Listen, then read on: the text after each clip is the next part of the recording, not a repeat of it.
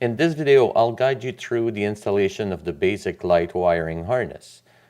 This harness is a perfect fit for go-kart with the GY6 150 engine, including most popular models like the Ace Maxxam 150, Talon 150, Hammerhead 150, and TrailMaster 150. It's a versatile product that can be used with any go-kart equipped with the GY6 150 engine, provided you have an 8-coil stator. If you need to purchase this wiring harness, it is available on Maximum Parts website, accessible via the link in the description. I'll keep the intro short. If you have any question after watching the video, please get in touch with us through our website or post a comment. Thanks.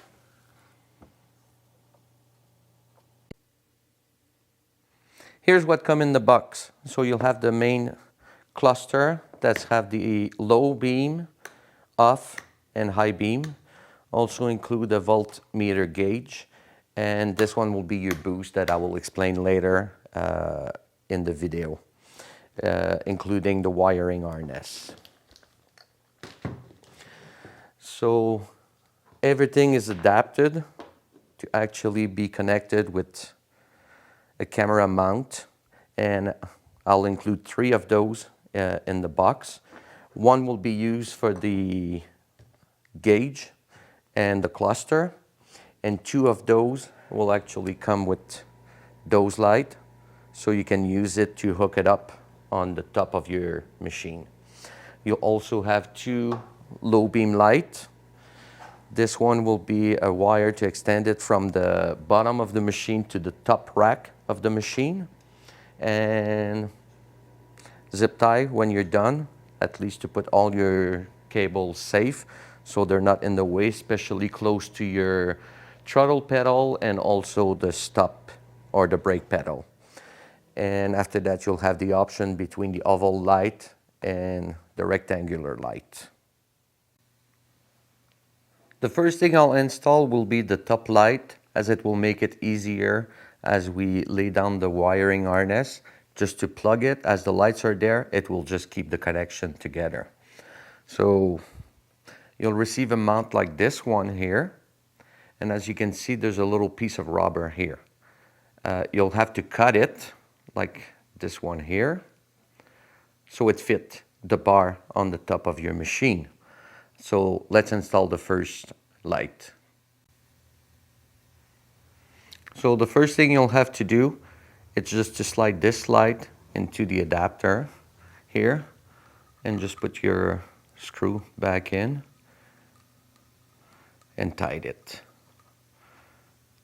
At this point, you'll be able to adjust your light higher, lower, and this mount right here, if you just peel this part, there's also a Phillips screw, so you can turn it left or right.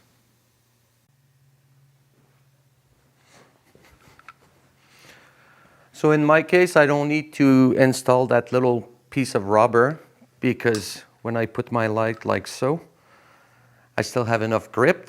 So now I'll just install my light with that plastic nut under, tight it. And at this point, I'm just loose enough so I can still move the light, but all that will be fixed at the end when I adjust the lights.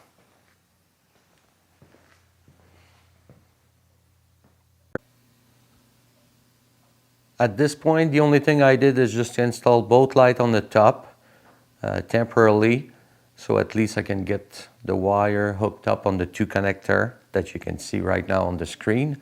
So at least I will get something stable for the wire, just to hook it up and zip tie it at the end, and finally adjust the light.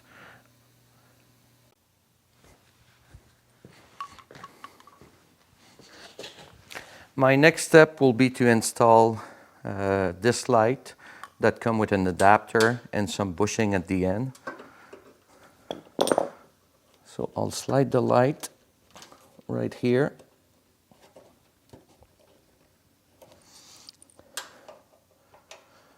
Put my bolt through.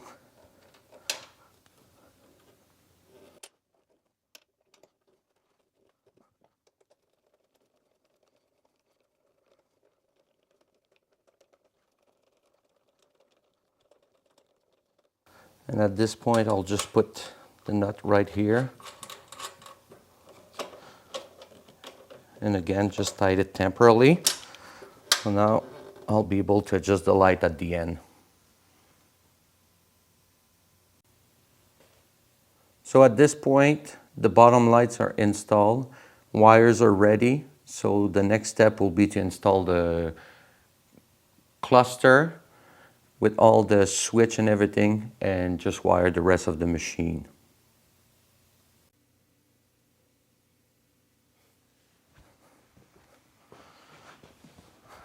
So in my case, I will put the cluster right here. So now I already tied this nut here, cut my rubber, put it here. So now I'll just take the box here, slide it in place, and just tied it here.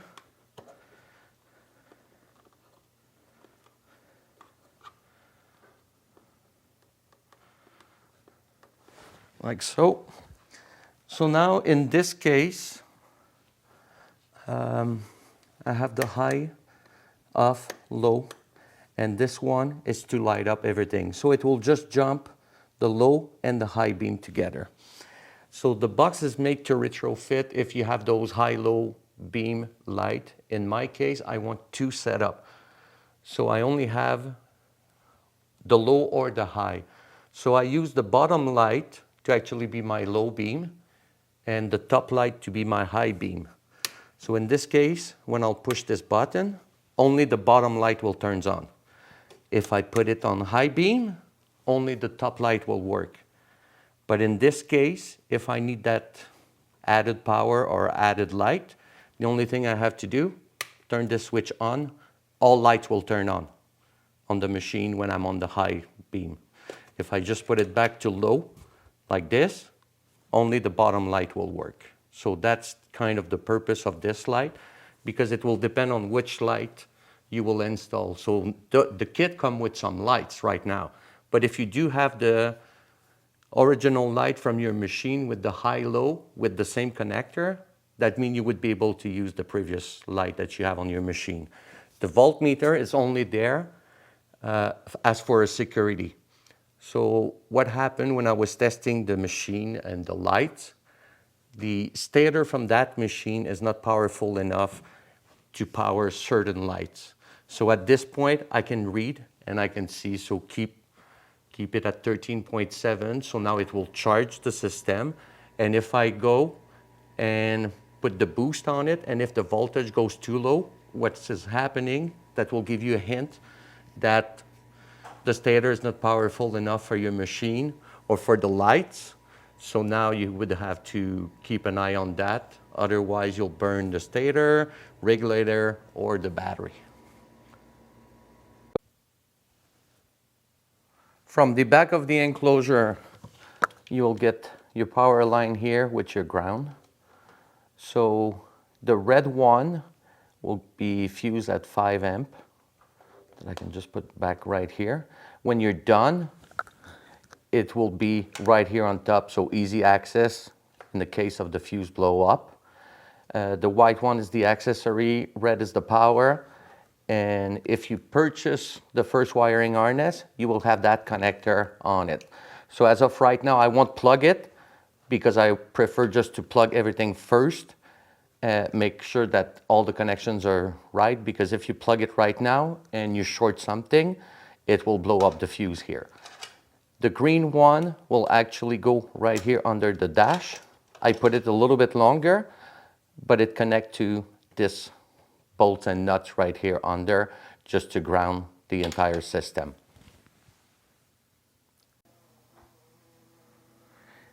If you do not have the first wiring harness, there's a way to plug it. I'll show it at the end of the video, but the only thing that you have to put on your machine will be those wires here.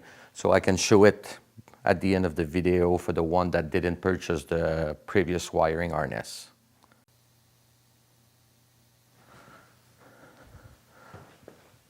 So now I'll just take this entire loom, and I'll start just to move it around here,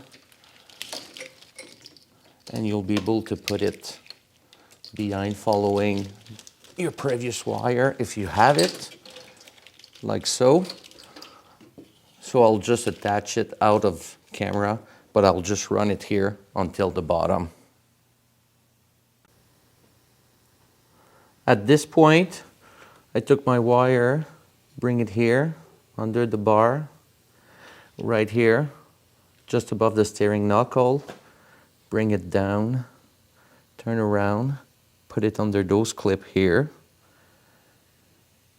and coming down right here. So that will be the two next connection we will do in a second.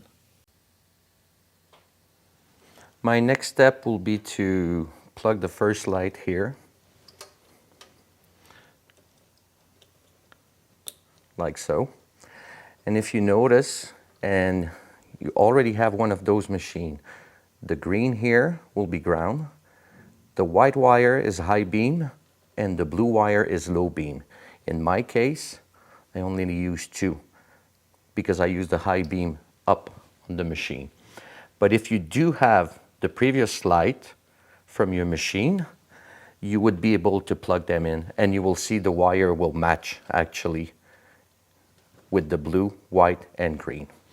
The next step I'll have to do is to actually plug this one here that will go alongside here and goes all the way up to the top light. And again, the connections are split, so you will have two female connection, and actually two male connection and one female connection.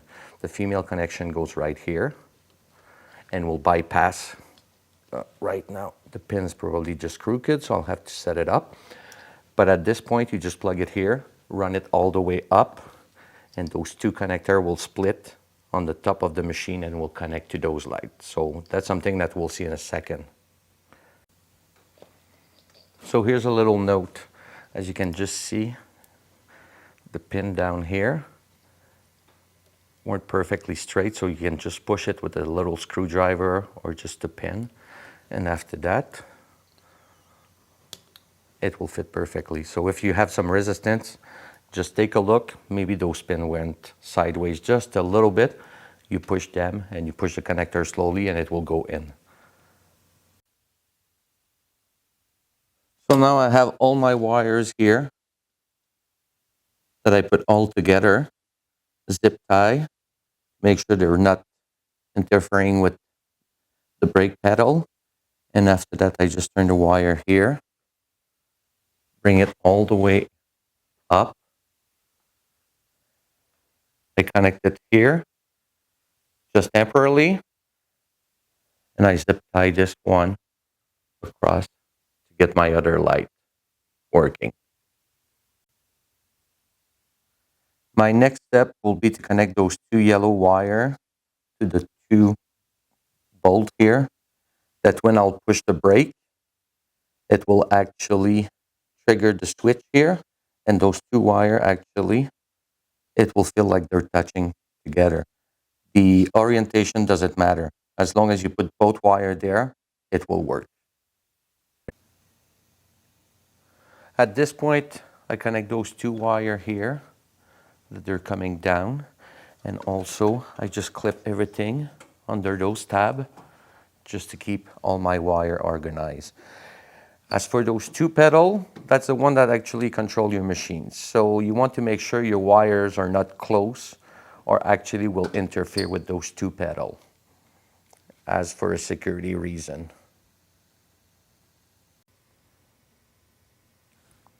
For my next step, I just took the wire that will go on this side right here, and I just clip it right here under, and it goes around, and as you can see, it's even longer than what you need, because on certain machine, the machine will be wider. So I try to keep the wire as long as possible, so at least you can reach your light easily. The next step will be this wire right here. That will be the brake light that I will just lay all the way into the back.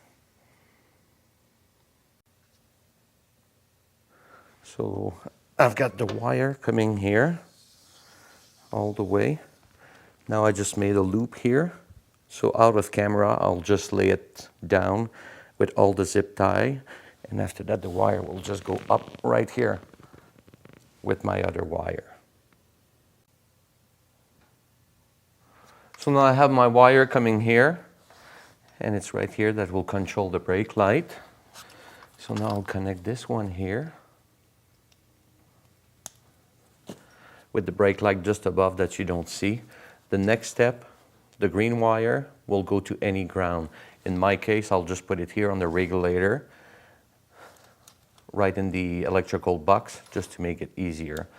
But that's about it. So soon you put that wire on the ground, the brake light will work.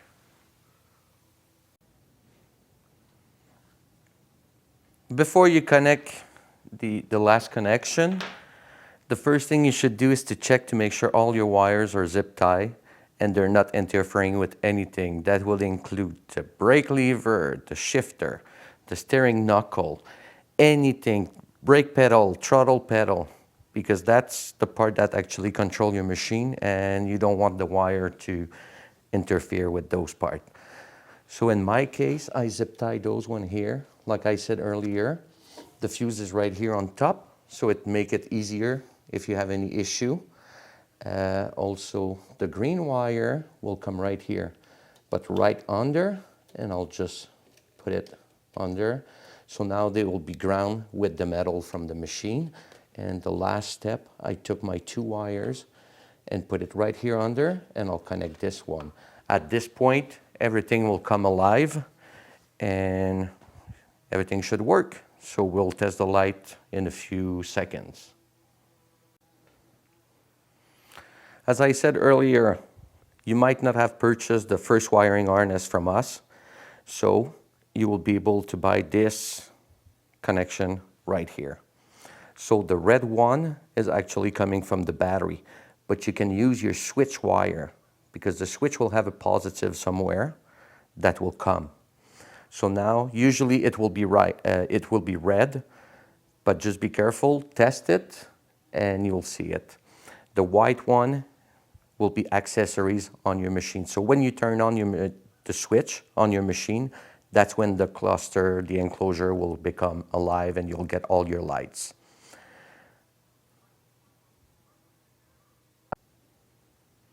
The system is equipped in this box here.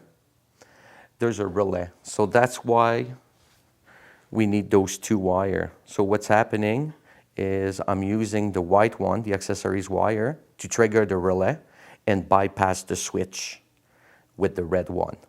So by bypassing the switch, what happens is when we put lights or anything, all that current goes through the switch and will eventually, the switch will fail. So if you put bigger light, that's one of the issues you will have.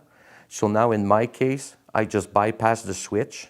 So the current is coming directly from the battery and supply the box, but I'm using a relay to trigger it with the white wire. So in this case, it won't work if you don't have the key.